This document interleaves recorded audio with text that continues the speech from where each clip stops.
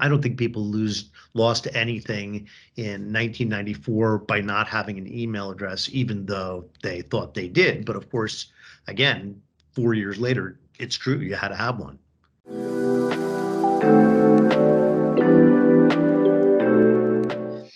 What does your role as a metaverse consultant entail? Primarily, I'm a college professor.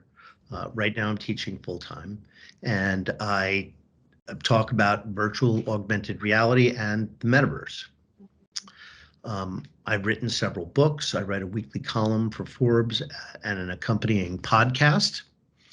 And from time to time, I work for some of the companies in the category primarily, although for the past year, I've been talking to a lot of commercial enterprises about the metaverse and what it is and how it affects them and what strategies might they adopt so that they can relieve their fear of missing out while experimenting and anticipating, as all of us do, a very different kind of internet, a 3D internet. But it's going to take a long time to manifest, just as immersive technologies like VR and AR are. Now, making near-term projections is foolish. I don't know what Apple is thinking, for example, about launching its headset, but I do know what the end state is going to be. So the real question is timing, because as we all know, our computers are getting smaller. Computing is high-speed computing, latency-free computing is all around us.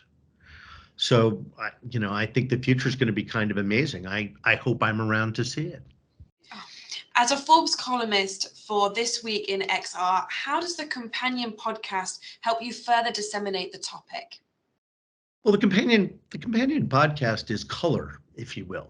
We go over the headlines just as we do in the weekly roundup with a relatively high level stroke. And then Ted Schilowitz, my co-host, who's the head of new technology at Paramount Global, and I bat the idea around. So you could say I do the play-by-play and Ted does the color. And it's the traditional daily show format, right? 10, 15 minutes of that. And then we bring in a guest. The guest is not topical usually because we book way in advance and we don't have professional bookers. It's usually someone I've come across in my journey as a journalist and by being active on social media. So, when I find somebody like Reggie Fils-Aimé, the former CEO of Nintendo, who just wrote a book, I reach out to him, but you end up scheduling for 3 months later. Reggie is a great get and, very accomplished speaker. So, he's going to be a great interview. Mm-hmm. But it's also, look, we get clicks because people are interested and they know who Reggie is and they want to hear what he has to say. What does your upcoming book, Dissecting the Metaverse, add to the discussion of the metaverse? Well, this is the problem with writing a book about the metaverse, is that you're building the plane while flying it. And so the book is, I'm in a very difficult part of the process.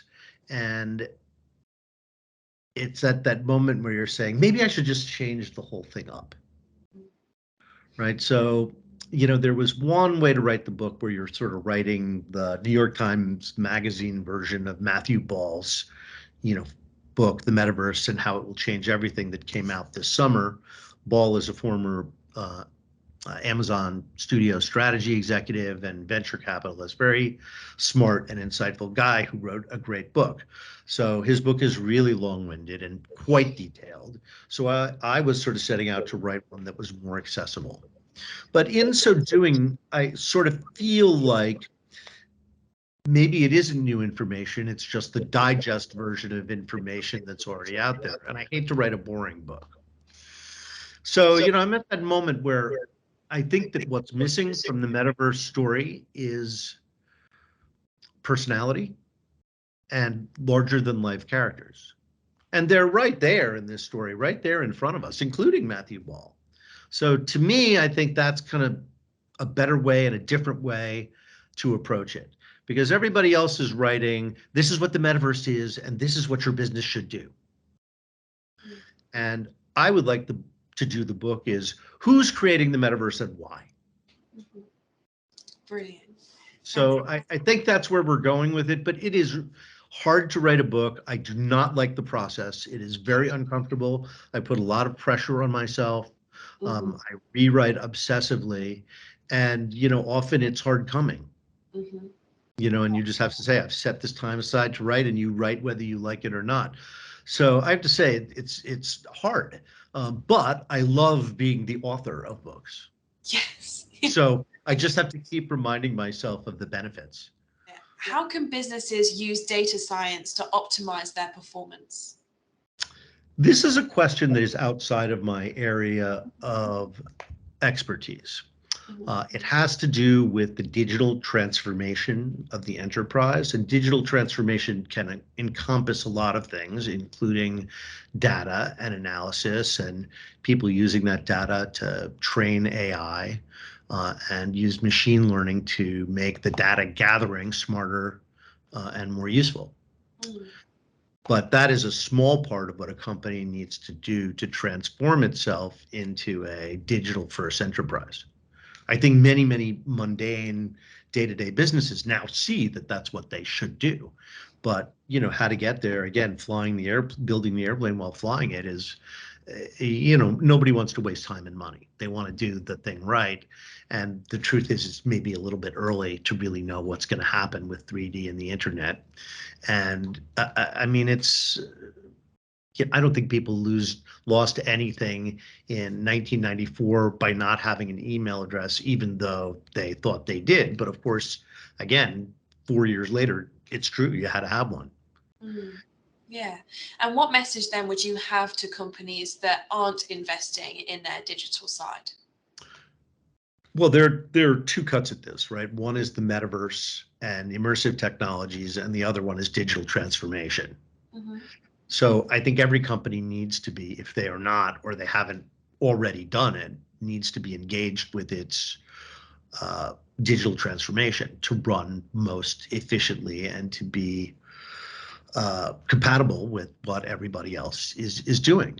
On the metaverse side, I think that's where I think it's very early. And, for a smaller enterprise, I think it is too early. For a big enterprise like Deloitte, it's absolutely necessary. Clients are looking to them. So they have to have, strong in-house expertise to support